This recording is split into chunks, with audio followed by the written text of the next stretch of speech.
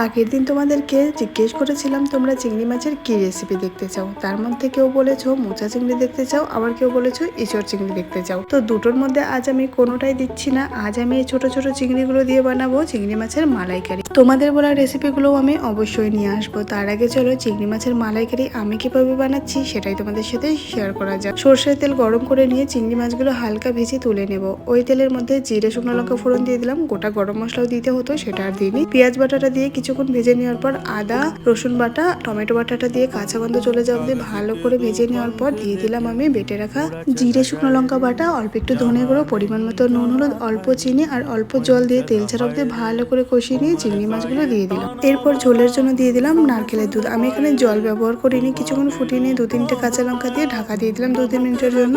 ঢাকা হালকা করে দিয়ে দিলাম ঘি আর গরম মশলা গুঁড়ো। একদম রেডি হয়ে গেছে আমাদের চিংড়ি মাছের মালাইকারি। তোমাদের রেসিপিটি কেমন লাগলো কমেন্টে অবশ্যই জানাবে।